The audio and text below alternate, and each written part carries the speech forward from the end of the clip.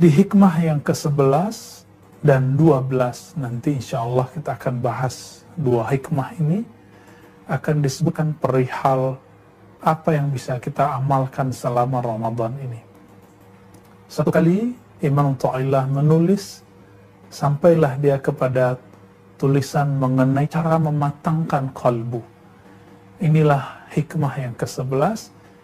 Udfun wujudak, ya. Benamkanlah wujudmu, egomu, pintarmu, kecerdasanmu, kealimanmu fi ardil khumul, di tanah yang humus, yang hitam. Fama nabata mimma lam yudfan la yatimmu natajuh. Kenapa?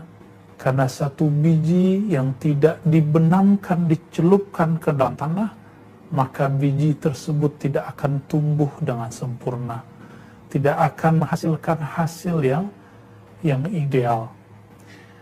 Ini kalimat ada metaforanya, ada majazinya.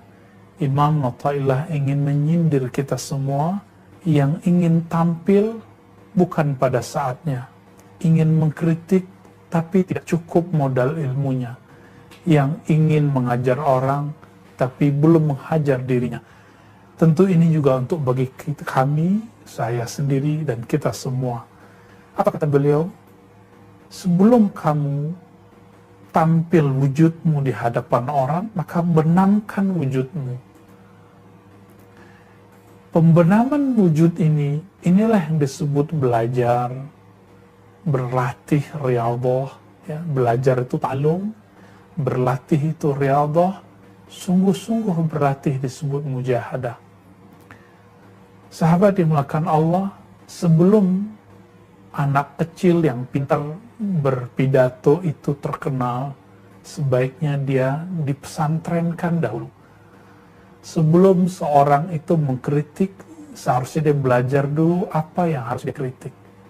Sebelum seseorang bekerja, maka dia di-training dulu, dia dikuliahkan dulu. Bayangkan jika untuk persoalan duniawi, untuk kematangan profesionalitas dalam hal duniawi, seseorang mesti ada sekolahnya, latihannya, ada ujiannya.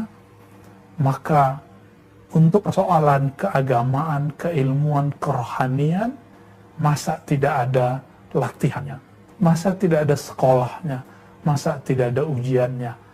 Berdasarkan ini, Imam Athaillah ingin mengatakan, jika Anda ingin tampil, maka matangkanlah ilmu yang akan Anda tampilkan.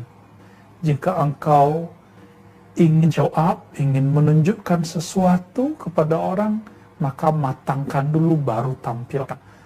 Teman-teman semua, sahabat dimulakan Allah, apabila ada seseorang yang mengajar sebelum dia dapat izin dari gurunya mengajar, yang menjadi pemimpin sebelum dia direstui oleh guru-gurunya, pembimbing-pembimbingnya jadi pemimpin, sebelum diizinkan oleh orang-orang yang punya kebijaksanaan dalam kalbunya, maka orang ini ibarat biji yang dibiarkan tumbuh tapi tidak dibenamkan ke dalam tanah. Coba lihat, apabila benih padi setelah tumbuh lalu tidak ditancapkan ke dalam tanah, maka buahnya tidak menghasilkan kecuali buah yang hampa. Jadi ternyata buah padi itu baru menjadi sempurna ketika dia dibenamkan dan dipupuk. Begitu juga kita biasa waktu kecil makan seperti jagung kemudian beberapa ada yang berserakan di tepi jalan, lalu ada juga yang ditanam di ladang-ladang. Perhatikan, yang tumbuh di ladang, yang dirawat oleh tuannya, oleh petani, ini akan berbeda hasil dengan biji-biji yang berserakan di luar. Biji yang tumbuh, yang dirawat oleh petani, maka dia akan tumbuh subur dan menghasilkan buah yang begitu sangat segar sekali, sangat bagus sekali. berbeda dengan biji yang tumbuh di luar itu. Sahabat melakukan Allah, inilah maksudnya. Maka seseorang jika ingin menjadi ahli dalam suatu ilmu, maka dia harus menempa dirinya, baik itu dalam, kalau agama, dalam pesantren, kampus keagamaan, begitu juga ilmu-ilmu keduniaan, maka dia harus menempa dalam tempat-tempat yang punya otoritas atau orang-orang yang punya kemampuan untuk berdidiknya dalam hal itu. Maka kami mengajak, jangan tampil dulu sebelum matang. Sabar-sabar, kesabaran inilah yang kemudian membuat Imam Bukhari dikenal sebagai Bukhari hari ini. Teman-teman, sahabat yang melakukan Allah, Imam Bukhari itu telah menjadi imam umurnya belum sampai 18 tahun. Tapi beliau belum menulis. Beliau masih ditempa, bahkan diuji. Ketika beliau masuk kota Baghdad, diuji oleh 10 orang, masing-masing membawa 10 hadis, sehingga genap jadi 100 hadis, masing-masing membolak-bolak hadis dan silsilah sanad hadisnya. Setelah itu Imam Bukhari mengembalikan semua sanad hadisnya kepada posisinya dan kalimatnya sesuai dengan struktur yang benar. Begitu juga ketika beliau masuk ke kota Naisapur, salah satu kota di Khurasan di Iran hari ini, itu kota Ahlus Sunnah, beliau juga sama, beliau diuji langsung oleh 100 orang dengan cara yang sama, lalu beliau kembalikan semua pada tempatnya. Ini selevel Imam Bukhari, setelah umurnya 20-an, umurnya telah matang, barulah beliau tampil, dan penampilannya betul-betul memukau. Sehingga disebutkan dalam sebuah riwayat yang sahih yang dikatakan oleh Imam Zahabi, Imam Ibnu Katsir, Imam Al-Bukhari ketika datang ke Khurasan, beliau dikenalkan oleh Imam Zuhli kepada murid-muridnya, lalu Imam Zuhli mengatakan, "Khuzu wasma'u min hadzal ghulam as-salih." Dengarkanlah dari anak muda yang saleh ini. Imam Zuhli ini adalah senior beliau, tapi mempunyai keilmuan yang berbeda dengan beliau. Imam Zuhli adalah murid Imam Ahmad juga, yang punya hafalan yang kuat, tetapi ilmu ilalnya tidak sebagus Imam Bukhari. Ketika Imam Bukhari mulai menjelaskan hadis dan menjelaskan ilmu-ilmu hadis yang luar biasa, setelah umurnya matang, akhirnya majelisnya dipenuhi oleh banyak orang dan diridhai oleh banyak masyayikh. Teman-teman semua, ketika seseorang mengajar, tampil, menjadi seorang kiai, ustadz, sebelum dia dikiaikan oleh gurunya, sebelum dia diustadkan oleh ustadznya, maka orang-orang ini dikhawatirkan ibarat buah pisang yang dipetik sebelum matang. Sehingga ketika dimakan, hasilnya tidak enak, hasilnya tidak nikmat. Inilah maksud dari hikmah yang ke-11 ini. Hendaklah engkau benamkan dirimu, egomu, sok pintarmu, jubah-jubah pakaian solehmu, gelar-gelarmu, sampai masuk ke dalam tanah ego yang sangat-sangat gelap. Sehingga setelah ditekan, diuji, barulah dia tumbuh, lalu membuahkan hasil. Inilah tugas seorang ulama, seorang guru, seorang syekh dan mursyid. Kita masuk ke hikmah ke yang 12. Lalu, apakah latihan cara membenamkan eksistensi seseorang sebelum dia tampil, sebelum dia menjadi orang-orang yang ingin memberi ilmu, men-share ilmu kepada orang lain, apapun ilmunya, ilmu keagamaan atau ilmu di luar keagamaan. Imam Ibnu Athaillah mengatakan, Bismillahirrahmanirrahim, ma nafa'al qalba syai'un mislu uzlatin yadkhulu biha maidana fikrah. Kalau ada orang bertanya, lalu cara membenamkan jiwa, membenamkan ego itu bagaimana? Caranya, kata beliau, ma nafa'al qalba syai', tidaklah bermanfaat, tidaklah berfungsi latihan apapun untuk kolbu ini, untuk jiwa kita ini, melebihi uzlah. Apa arti uzlah? Secara harfiah, uzlah artinya meninggalkan komunitas kita yang lama, masuk ke komunitas yang baru. Atau meninggalkan keramaian, masuk ke dalam kesepian, ya, kesunyian. Uzlah secara harfiah berarti menanggalkan pakaian-pakaian kepintaran, pakaian-pakaian jubah-jubah syaikh, jubah-jubah kekiaian. Teman-teman semua, uzlah itu juga berarti menanggalkan hubbus syuhrah, cinta kepada popularitas, senang di like, senang di follow, semuanya ditanggalkan. Yadkhulu biha maidana fikrah, lalu masuk ke medan, ke ranah fikrah. Fikrah ini diambil dari Al-Quran mengenai ulul albab, yang mereka punya dua amal. Alladzina yazkuruna Allaha qiyaman wa qu'udan wa ala junubihim. Orang-orang yang sedang uzlah ini, ulul albab ini, dia punya dua amalan. Pertama, mereka berlatih menyebut nama Allah dalam keadaan mereka berdiri, duduk meskipun berbaring. Lalu yang kedua amalan mereka adalah yatafakkarun, ya. Mereka berpikir mengenai makhluk-makhluk Allah, rahasia-rahasia Allah. Inilah yang disebut maidan fikrah, ranah fikrah. Jangankan untuk mematangkan pemikiran mengenai keagamaan, apabila seseorang ingin menulis sesuatu status saja, maka dibutuh keheningan sejenak. Begitu juga seorang mahasiswa ingin menulis skripsi, makalah, maka dia butuh waktu yang sangat private. Waktu yang private inilah yang disebut uzlah. Jika seseorang bekerja, dia punya proyek, dia mau membuat proposal atau sedang merancang suatu program, dia membutuhkan ketenangan, sehingga orang mencari ketenangan itu di mana-mana, di puncak, di kafe, di ruangan terbuka, di ruang yang terlihat indah.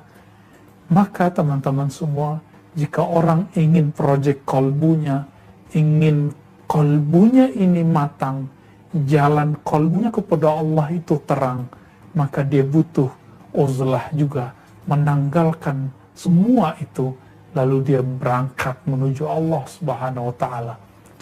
Ini kesempatan bagi kita semua, teman-teman semua, sahabat melakukan Allah, baik pencinta masjid yang pro untuk PSBB ini ataupun yang tidak pro, ya. Semuanya coba ambil kalimat ini. Imam Zunnun al-Misri mengatakan, seseorang disebut sudah istiqamah, tidak riya lagi, apabila amalannya di masjid dan di rumah sama. Jika di masjid dia semangat beramal, maka ketika pulang dia juga semangat beramal. Mari kita pakai penjelasan beliau yang ini. Biasanya kita selalu di masjid. Sekarang kita diuji. Apakah di rumah kita serajin kalau di masjid? Kalau di masjid betul itu rumah Allah, rumah tempat menyembah Allah. Tapi ingat, syaitan itu makhluk yang statis. Syaitan di dalam masjid tetaplah syaitan. Dia akan menggoda kita, membisikkan kepada kita, hei, sholatmu lamakan sedikit. Ada orang yang memandangmu, lamakan sujudmu, supaya orang melihatmu terlihat soleh. Apakah godaan ini sama ketika di rumah? Saya rasa juga akan sama. Namun, nanti kita akan merasa soleh di hadapan keluarga. Nah, ketika hening, ketika tiada siapa-siapa, semua tertidur, apakah takbirnya sebagus ketika di masjid? Apakah rukuk dan sujudnya sepanjang waktu di masjid? Apakah ketawaduannya, emosionalnya yang dijaga itu seperti kita di masjid? Sahabat yang melakukan Allah, maka jadikan rumah itu tempat kita berkhalwat, menyepi hari ini, tempat kita melakukan uzlah Ramadaniyah, uzlah Ramadan. Nabi SAW sebelum beliau diangkat menjadi Rasul, beliau sangat suka menyendiri. suka beruzlah. Kemana beliau beruzlah? Beliau beruzlah ke Gua Hira. Tentu di antara kita semua, sebagiannya sudah banyak yang ke sana atau belum ke sana. Semoga Allah mudahkan perjalanan kita untuk menapak tilas sejarah ini.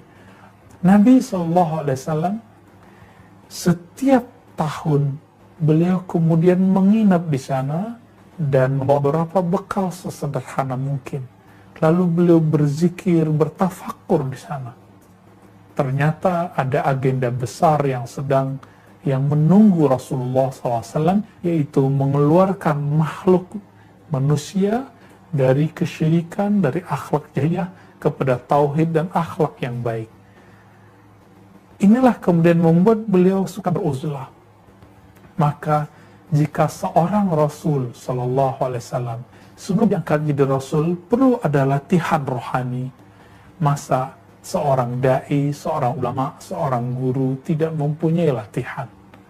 Jika guru SD, guru SMA, guru di kampus-kampus, sebelum dia dikeluarkan izin dia mengajar, dia perlu ditempa dulu, perlu bergelar dulu, perlu kuliah dulu.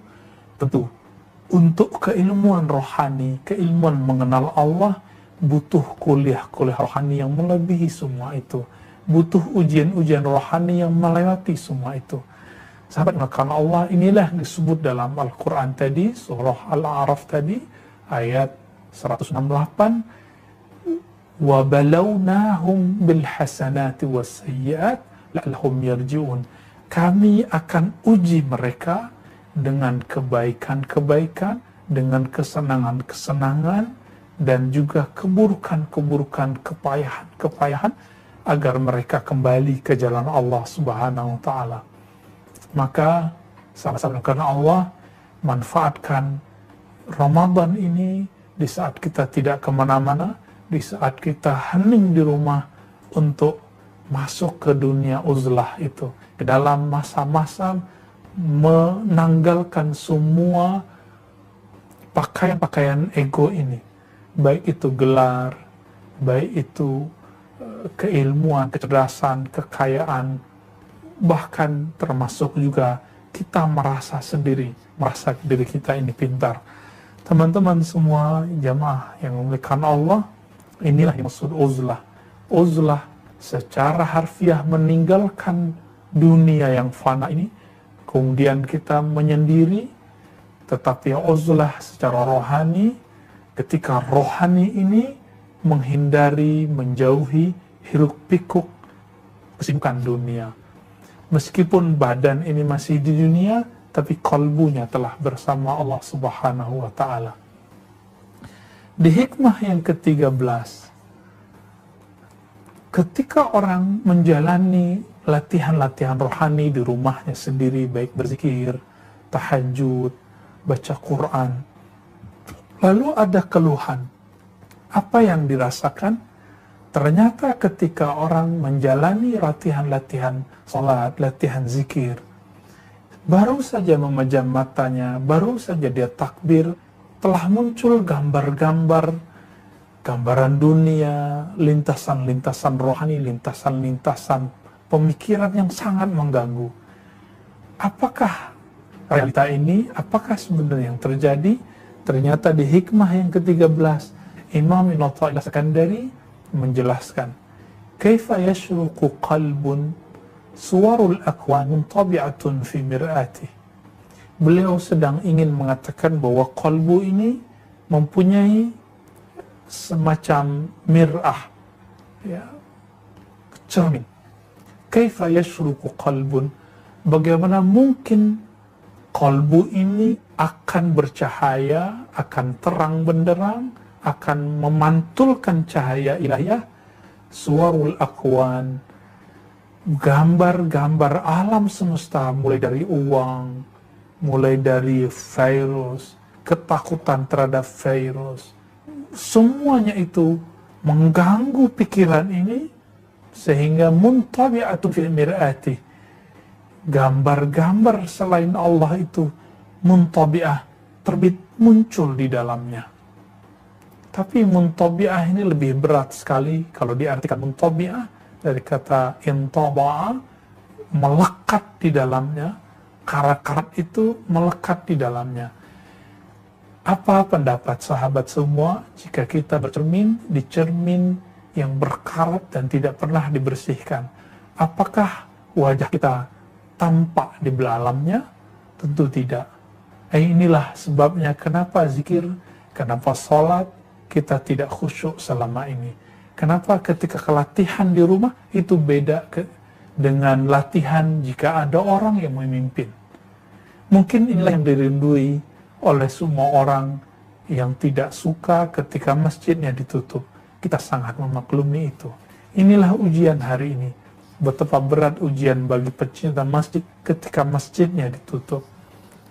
Namun Allah Subhanahu wa taala seperti dikatakan dalam ayat tadi menguji kita dengan kebaikan dan keburukan. Am kaifa yarhalu ilallah wa huwa mukabbalun bisyahawatih. Bagaimana mungkin yarhalu ilallah, orang ini rihlah menuju Allah, berjalan menapaki jalan ilallah, jalan mencari ridha kepada Allah, wa huwa mukabbalun bisyahawati, sedangkan dirinya masih terikat oleh syahwat-syahwatnya. Teman-teman semua, syahwat itu terbagi dua. Ada syahwat yang zahir, mata ini ingin memandang aurat, memandang yang cantik, yang gagah, memandang yang indah-indah. Telinga ini ingin mendengarkan yang merdu-merdu, tangan, kaki, kemaluan, semuanya ada syahwat. Semoga Allah menutupi dan menghapus aib kita semua untuk syahwat yang ini. Namun ada syahwat yang kedua. Syahwat ingin disebut alim, syahwat ingin disebut ahli hikmah, syahwat ingin disebut orang soleh, syahwat ingin disebut orang yang tidak butuh perlindungan apa-apa. Hati-hati di daerah yang zonanya zona merah, jangan coba-coba takabur. Bahkan di tempat yang tidak zona merah pun jangan takabur mengatakan, saya tidak takut virus, saya hanya takut kepada Allah. Kalimatnya betul, tapi kalimat itu terlalu polos dan khawatir di situ ada kesombongan. Ya. Jika awalnya mengatakan saya hanya takut kepada Allah, kalimat ini benar, tapi tidak pada tempatnya. Tidak pada tempatnya. Bahkan ada yang kemudian mengatakan saya tidak takut virus. Baik, nggak apa-apa, tapi jangan terbersit di situ. Ada ketakaburan, kesombongan bahwa saya tidak akan terkena oleh apapun. Teman-teman semua, sahabat Nabi Mu'adz bin Jabal, Abu Ubaidah, anak Mu'adz bin Jabal gugur karena kena virus. Gugur karena kena wabah waktu di negeri Syam. Itu sahabat Nabi kena. Apatah lagi kita. Maka syahwat ingin disebut sakti, ingin disebut soleh, ingin disebut tidak bisa dikalahkan oleh segala sesuatu selain Allah. Syahwat ini lebih berbahaya dari syahwat kemaluan, syahwat perut, syahwat lisan. Lebih berbahaya dari itu semua. Dan itu membersihkannya tidaklah mudah. Kenapa? Jika syahwat yang zahir ini dapat dengan tobat istighfar yang ringan, namun tobat terhadap yang batin ini membutuhkan mujahadah yang luar biasa. Jika penyakitnya di zahir, maka obatnya obat zahir. Maka obat luka betul gampang sekali mendapatkannya. Namun jika penyakitnya di dalam kolbu ini, penyakit sombong, penyakit ingin populer, penyakit iri, dengki, maka obatnya sungguh susah dicari, pakarnya pun tidak banyak di negeri ini. Sahabat-sahabat yang dimakan Allah, maka beliau menyindir kita semua dan mengatakan, bagaimana mungkin engkau merasakan jalan kepada Allah itu mudah, sedangkan syahwatmu yang dua macam tadi masih membelenggumu. Teman-teman semua sahabat makan Allah, inilah bahaya syahwat yang tersembunyi. Dulu ada seseorang bercerita kepada saya ketika dia sangat senang menggunakan herbal. baik herbal dari Timur Tengah ataupun herbal dari negeri ini. Apa katanya? Saya demi Allah tidak akan mau berobat dengan obat-obat dokter. Kenapa? Saya hanya pakai habatus sauda, kunyit segala macam. Kenapa? Ini adalah warisan Rasulullah, ini tibnya Nabawi, pengobatan ala Nabi. Maka tidak mungkin saya kena. Ya. Orang ini berpikir awalnya benar bahwa ini adalah obat. Namun ketika dia mengatakan itu, lalu dia sakit, dia malu untuk datang ke dokter padahal dia telah mengkonsumsi herbal-herbal tadi, belum sembuh. Kenapa dia malu? Karena dia malu nanti disebut orang yang butuh kedokteran barat. Dia malu disebut orang yang tidak pakai herbal lagi. Dia malu disebut tidak nyunnah lagi. Sebenarnya dia malu kepada siapa? Apakah dia malu kepada Allah atau malu kepada makhluk?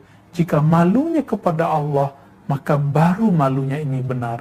Tapi jika malunya kepada makhluk, karena sudah biasa mengatakan kalimat ini, lalu kemudian harus menelan ludah sendiri, malu di hadapan muridnya, temannya, orang-orang ini mempunyai rasa malu yang tidak benar. Rasa malu ini bagian dari syahwat rohani. Teman-teman semua sahabat melakukan Allah, ikhwan akhwat fillah. Lalu Allah meneruskan. Kenapa ketika kita junub, hadas besar, kita tidak berani duduk lama di masjid? Ketika kita tidak berwudu, kita tidak berani lama-lama memegang mushaf. Nah, begitu juga kenapa hadirnya hati di hadirat Allah Subhanahu wa Ta'ala sungguh susah dicapai. Merasakan kehadiran Allah di kolbu ini susah dirasakan. Maka dijawab oleh Allah Subhanahu wa Ta'ala. Dijawab oleh Imam Athaillah tentunya ketika membahas ayat yang tadi, fawailul musallin, ya. Am kaifa yatma ayadkhula hadratallahi wa huwa lam yatatahhar min janabati ghafalati. Bagaimana mungkin dia berharap masuk ke hadirat Allah, hadir memandang Allah, dipandang oleh Allah, yang kita sebut ihsan. Memandang Allah atau merasa dipandang oleh Allah. Wa huwa lam yatatahhar, sedangkan dirinya belum bersuci dari junub ghafalah. Jadi ternyata dalam bahasa metafora yang dikatakan oleh Imam Athaillah, bahasa majazi beliau, ghaflah, rasa tidak hadir di hadapan Allah, itu muncul karena kolbu ini lalai. Ketika kolbu lalai, maka ada efeknya. Efeknya adalah hati ini keras. Imam Athaillah mengatakan, dalam hukum syariat, jika orang hadas besar, dia tidak berani masuk ke masjid fisik, masjid bangunan, maka junub rohani dalam ilmu hakikat, ilmu rohani, ilmu yang diajarkan Rasulullah secara rohani, tidak akan mungkin memasuki hadirat Allah, merasakan ihsan kepada Allah, jika belum bertobat dari kelalaian tersebut. Maka teman-teman semua, jika ada yang bertanya, kenapa sholatku tidak khusyuk? Jawabannya ini, kita belum bertobat, belum mandi tobat secara rohani dari junub ghafalah, junub kelalaian. Jadi junubnya kalbu adalah lalai, junubnya badan dengan hadas besar. Sahabat yang melakukan Allah, inilah sebenarnya penyebab utama kenapa kalbu ini tidak khusyuk. Bismillah.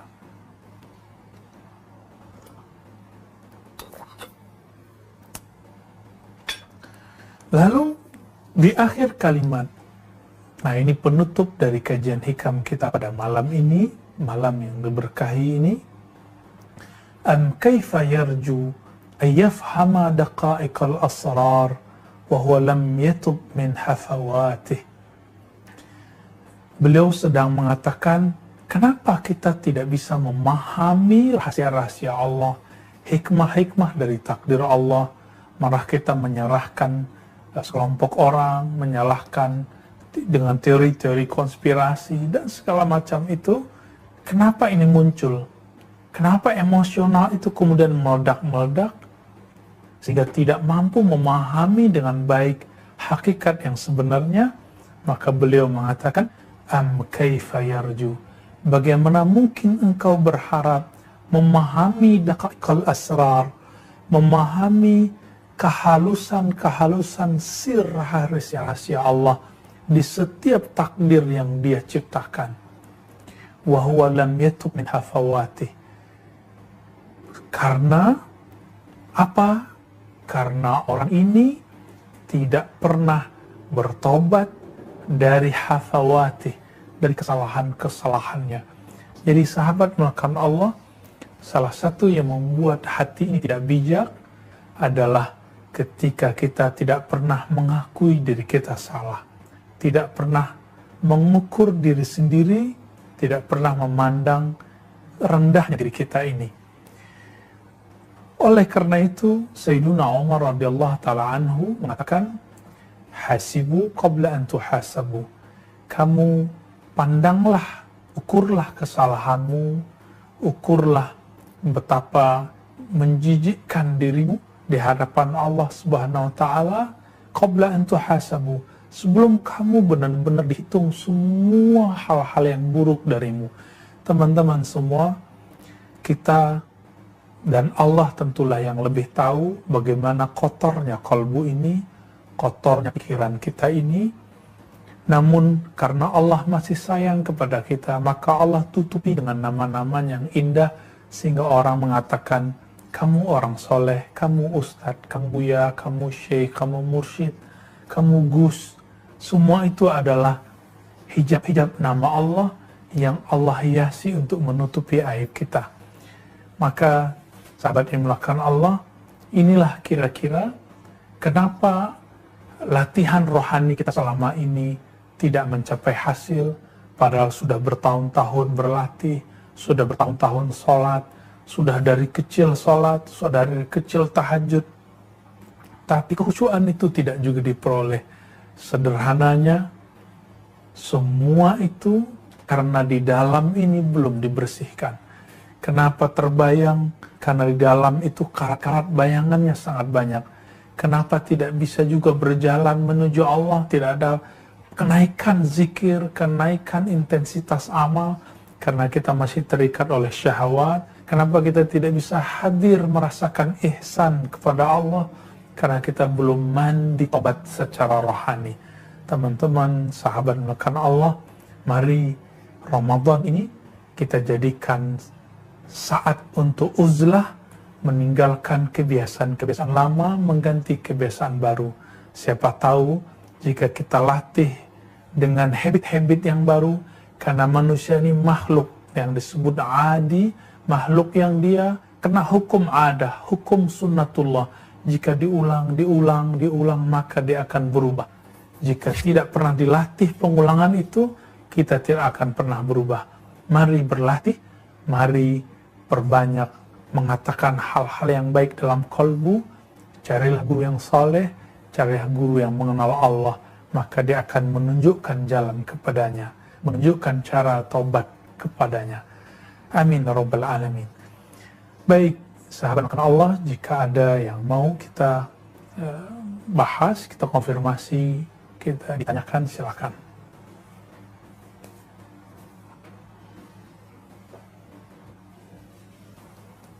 Baik, jazakallah. Baik, ini di luar tema ya. Apakah benar dukhon itu artinya asap, akan terjadi di bulan Ramadan? Hadis mengenai dukhon, bahwa dukhon akan keluar muncul sebagai tanda kiamat, hadisnya sahih. Salah itu disebut 10 tanda kiamat besar. Tapi hadis-hadis yang menyebutkan kapan waktunya, sejauh penelitian kita, tidak ada yang sahih. Namun ada beberapa hadis yang dhaif yang menyebutkan jika Ramadan jatuh di hari Jumat, maka nanti di pertengahan Ramadan akan terjadi dentuman besar, nanti setelah itu muncullah dukhan. Sejauh ini kita belum menemukan hadis ini sahih, namun jika terjadi, kita juga akan tidak tahu, hadisnya tidak akan otomatis menjadi sahih, karena hadisnya diriwayatkan dengan riwayat yang matruk, semi palsu. Kalaupun terjadi, dia terjadi karena berdasarkan hadis yang sahih tadi, bahwa dukhan akan terjadi. Kajian-kajian akhir zaman saat ini, teman-teman semua, sahabat karena Allah, sebenarnya tidak semuanya salah. Ya, baik dari sahabat-sahabat kita, ustadz-ustadz yang sangat pakar mengenai akhir zaman dan teori konspirasi, banyak yang benar yang mereka sampaikan, tapi ketika mulai dikait-kaitkan dengan waktu, timing, penanggalan, tahun-tahun tertentu, disitulah mulai ada kejanggalan-kejanggalan. Saya belajar dari salah satu kitab Imam Ibnu Arabi namanya, yang baru bisa menangkap kebenaran tahun Al-Quds dibebaskan oleh Salahuddin Al-Ayyubi waktu Perang Salib, itu setelah terjadi Perang Salib. Dan itu penanggalannya sangat pas sekali berdasarkan ayat yang ada di surat Ar-Rum. Ghulibatir Rum, ya. Sangat pas sekali, jadi penanggalannya sama.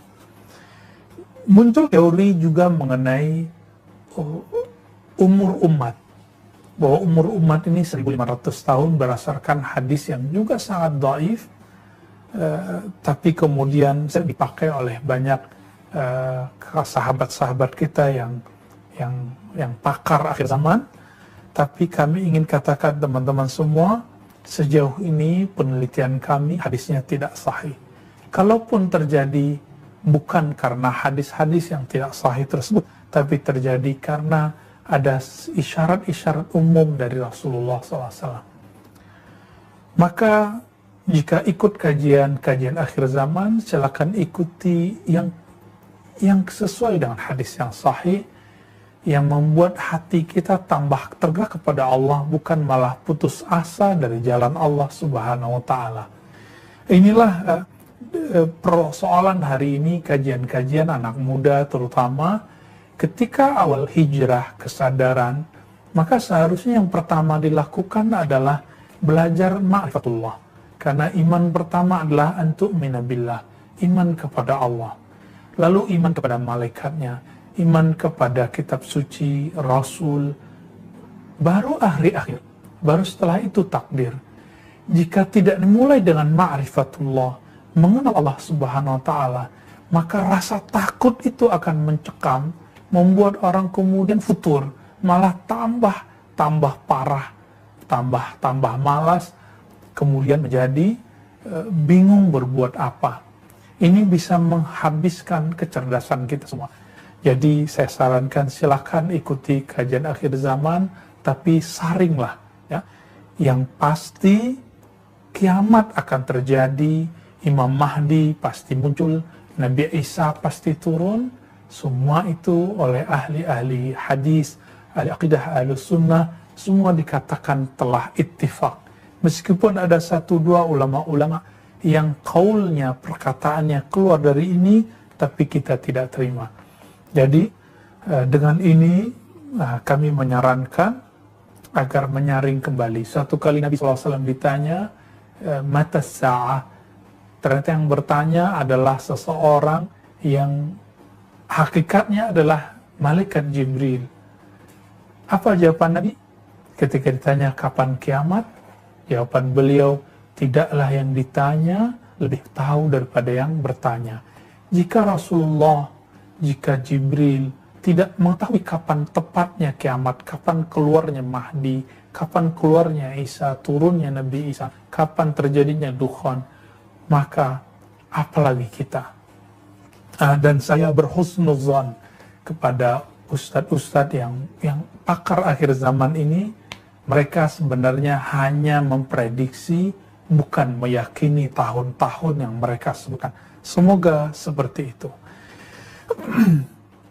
bagaimana tingkatan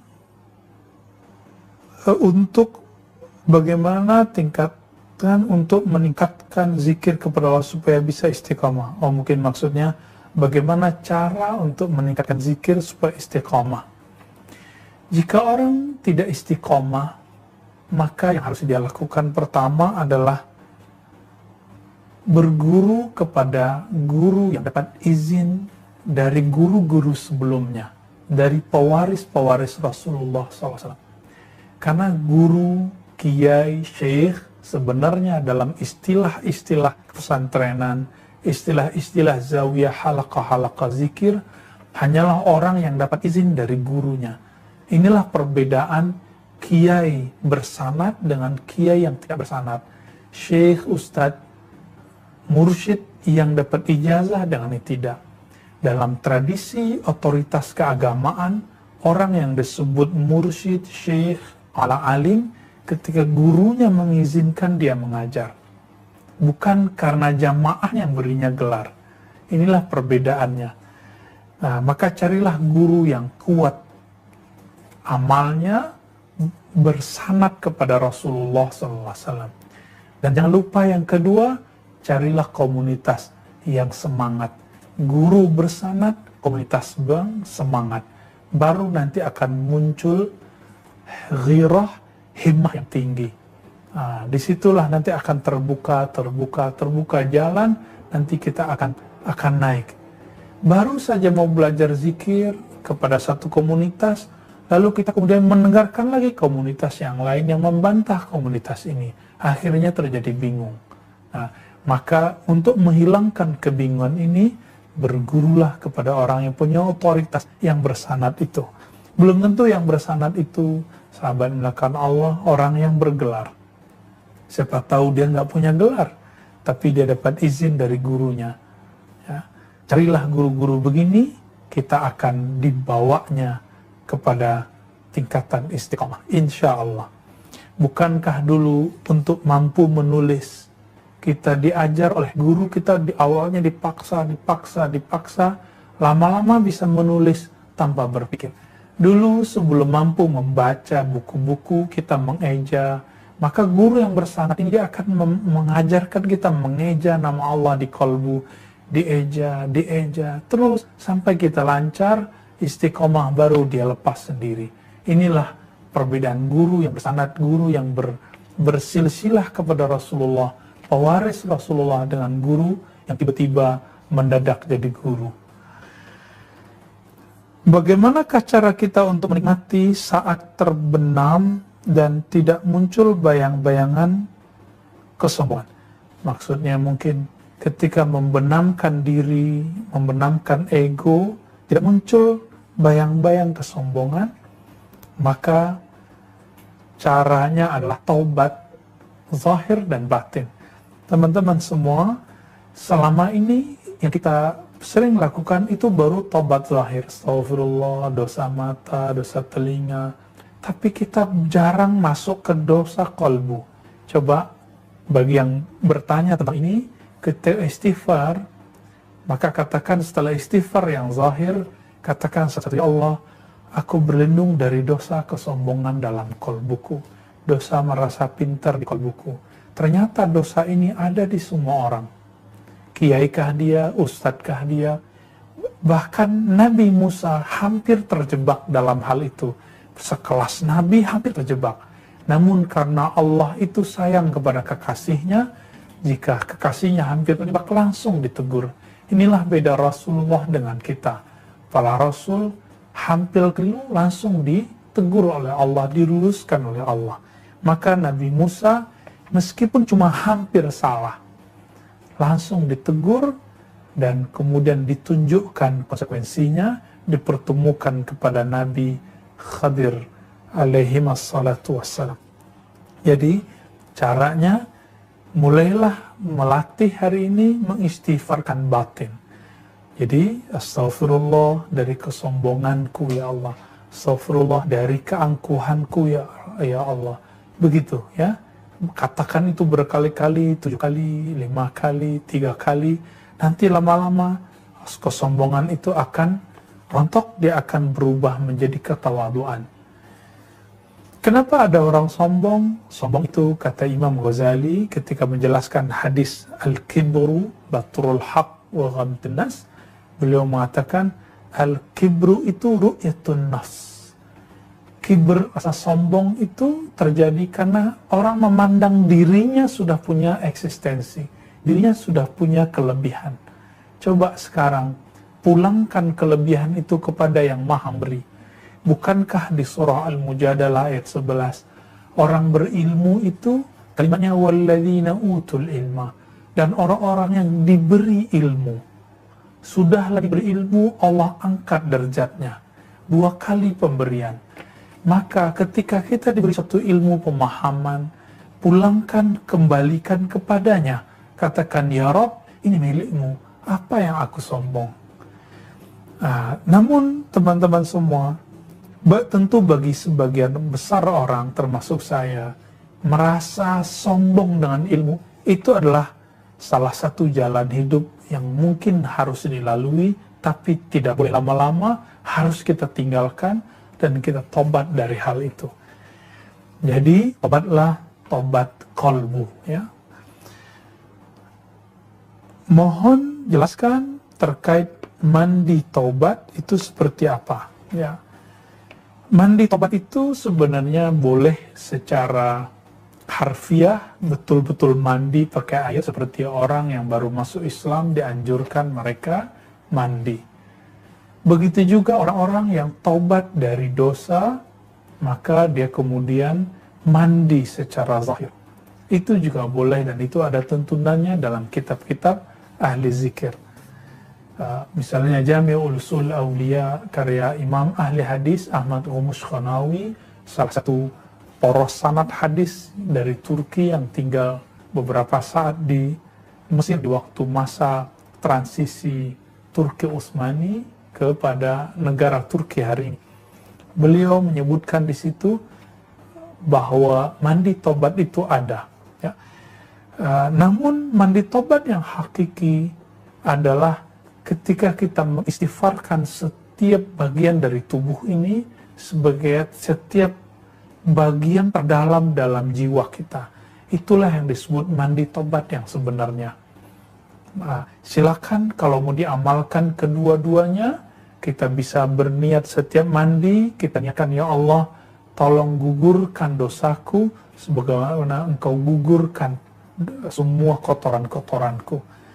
Namun jika tidak sempat, cukup ya dengan mandi dengan istighfar, mandi dengan tobat. Jadi mandinya badan dengan air, mandinya kalbu dengan istighfar dan tobat. Bagaimana cara agar hati tidak lalai, dan bagaimana tobatnya hati? Tobatnya hati kita sudah sebutkan barusan. Apa cara agar hati tidak lalai? Agar hati tidak lalai, maka harus dilatih hati itu untuk mengingat zat yang tidak pernah lalai. Siapa zat yang tidak pernah lalai? Allah Subhanahu wa Ta'ala. Jika ada orang jatuh cinta kepada seseorang, dia kepikiran terus, dia kemudian ingat orang itu lebih banyak bahkan daripada ingat orang tuanya sendiri. Lebih banyak daripada dia mengingat dirinya sendiri bahkan. Ini yang kita sebut kasmaran. Ya, kalau bahasa kitabnya, bahasa yang disebutkan dalam ilmu-ilmu kalbu disebut syauq. Ya, disebut syauq. Ketika seseorang merindukan yang tidak pernah lalai darinya, maka kerinduan itu akan lebih kekal, akan bertahan lama. Namun jika dia merindui sesuatu yang tidak jelas, bahkan dia tidak meyakini kejelasannya, maka ini juga akan berujung kepada tidak kekalnya kerinduan tersebut. Jadi bagaimana cara agar hati tidak lalai? Latihlah kalbu itu menyebut nama zat yang tidak pernah lalai, yaitu Allah Subhanahu wa Ta'ala. Inilah amalan Nabi ketika diturunkan surat Al-Alaq, Iqra bismi rabbik. Bacalah dengan nama Rabbmu, bacalah nama Rabbmu. Siapa nama Rabbmu? Itulah dia yang tidak pernah lalai. Terkadang perasaan resah dan gelisah membuat ibadah tidak khusyuk. Apa yang harus dilakukan? Sahabat yang melakukan Allah, apabila hati gelisah, maka obatnya tidak ada lagi kecuali yang disebutkan dalam surat Al-At ayat 28. Ala bidzikrillah tatma'innul qulub. Ayat ini sangat menarik sekali. Allah mengatakan, ala, hei, ingatlah. Lalu objeknya dimajukan. Orang Arab jika berkata mendahulukan objek daripada subjek predikatnya, maka sedang ingin ada penekanan makna. Maka jika diterjemah secara harfiah, ketahuilah dengan menyebut nama Allah, hati tenang. Tapi mengikuti balaghah ayat ini, ketahuilah hanya dengan menyebut nama Allah, hati menjadi tenang dan damai. Jika anak kecil baru bisa tenang diberi mainan, maka kolbu tidak akan pernah tenang kecuali diberi mainannya. Apa mainan kolbu? Mainan kolbu adalah asma Allah Subhanahu wa Ta'ala. Mainan jiwa adalah sifat Allah Subhanahu wa Ta'ala. Tapi tubuh ini mainannya, kiblatnya adalah ke Ka'bah. Teman-teman semua, apa pendapat antum semua jika ada orang sholat tidak ke arah Masjidil Haram? Apakah sholatnya sah? Secara fikih tidak sah. Maka bagi ahli kolbu, kolbu itu kiblatnya kepada Allah. Jika dia tidak berkiblat kepada Allah dalam sholatnya, di luar sholatnya, maka sholatnya secara hakikat tidak diterima oleh Allah SWT. Namun, karena Allah pemaaf, Allah maha menutup aib, maka Allah simpan juga amal itu. Allah perintahkan malaikat rakib dan atid untuk menulisnya. Seandainya Allah itu qahar saja, Allah aziz saja, tegas saja, tidak ada rahman rahimnya, maka tentu semua itu ditolak oleh Allah SWT. Coba lihat anak kecil yang dimanja dari kecil, ketika dia minta sesuatu tidak dikasih, kita kasih yang lain. Itu makanan bisa dilemparin, makanannya bisa ditolak, dituangin, ngamuk. Allah itu bukan anak kecil, maka Allah memaafkan lebih banyak. Inilah rahasia kenapa setiap surat selain surah Al-Bara'ah, surat Taubah dimulai dengan Bismillahirrahmanirrahim. Jadi supaya tidak ada resah bagaimana? Maka berilah mainan kolbu itu sesuai dengan yang cocok untuknya. Mainan kolbu bukanlah jatuh cinta ke makhluk. Mainan kolbu hanyalah menyebut nama yang membolak-balik kolbu, yaitu Allah SWT. Sebutlah namanya ya Allah, sebutlah namanya ya Rahman. Bacalah ini ya Hayyu, ya Qayyum. Baca ini sebelum sholat. Sebelum sholat, wiridkan ini minimal 40, 50, 70, 100. Sebagai latihan. Nanti kolbu ini akan terlatih untuk menjadi tenang. Terakhir, apa hukum orang main game? Ya, game apapun itu selama tidak eksplorasi apa yang diharamkan dalam syariat, buka aurat, ya kata-katanya tidak jorok, maka hukumnya mubah. Pada dasar hukumnya mubah, ya, karena pada dasarnya segala sesuatu yang tidak diharamkan Allah hukumnya boleh. Tapi segala sesuatu hukum itu akan berubah menjadi 5 kondisi. Dia bisa menjadi wajib kalau itu jadi terapi. Tapi sejauh ini saya belum ketemu ada terapi dengan game. Mungkin teman-teman psikolog ada yang sudah punya itu, wallahu alam. Ada yang dianjurkan untuk sekedar hiburan, misalnya ada yang mubah. Nah, sebenarnya game itu lebih pas disebut mubah, ya. Dia bisa menjadi makruh.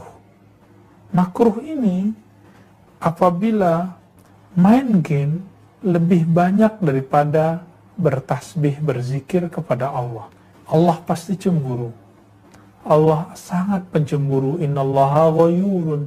Dalam hadis yang sahih disebutkan, Allah sangat pencemburu. Jangan buat dia cemburu. Jangan buat dia cemburu. Jika dia cemburu, maka dia murka. Dia akan ambil barang yang membuatnya cemburu. Nanti dia akan ambil game-game kita. Atau ambil tangan-tangan yang main game itu. Ambil pikiran mata yang menikmati game tersebut.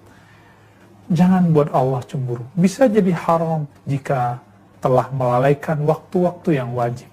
Maka sahabat yang melakukan Allah, bijaklah dalam memakai apapun yang jadi aksesoris diri kita, mainan-mainan kita, hiburan kita.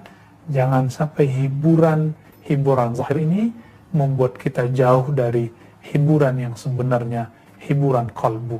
Bukankah orang kalau sudah main game ada kebosanan, naik lagi stage 1, 2, 3 ada kebosanan, lalu ganti game yang baru. Begitulah game. Berbeda dengan nama Allah. Nama Allah tidak pernah akan hilang dari kalbu atau terasa membosankan dari kalbu seorang yang merindukan Allah SWT. Sebagaimana seorang yang kasmaran tidak pernah bosan memandang foto kekasihnya, tidak pernah bosan untuk menyebut lirih nama orang-orang yang dicintainya. Mari bijak menggunakan waktu, jadikan Ramadan waktu uzlah, mulai dari bangun sampai tidur lagi kita bersama Allah Subhanahu wa Ta'ala. Demikian teman-teman semua, semoga kajian hikam Ibnu Athaillah ini membimbing kalbu kita, menyegarkan rohani dan pikiran kita untuk tetap yarji'un, kembali kepada Allah Subhanahu wa Ta'ala, lepas dari semua bencana wabah hari ini. Mari tetap kalbunya istiqamah bersama Allah. Allah sedang lihat apakah kalbu ini goyang ketika terjadi musibah atau dia tetap bersamanya. Demikian sahabat Allah, mari kita tutup kajian kita dengan baca kafarah majlis. Subhanakallahumma wa bihamdika asyhadu an la ilaha illa anta astaghfiruka wa atubu ilaik. Wa sallallahu ala nabiyyina Muhammad wa ala alihi wa sahbihi wa li baitihi wa dzurriyyatihi ajma'in. Allahumma ayyidna bi ruhin minka innaka anta azizun ghafur. Wa sallallahu ala nabiyyina Muhammad. Assalamualaikum warahmatullahi wabarakatuh.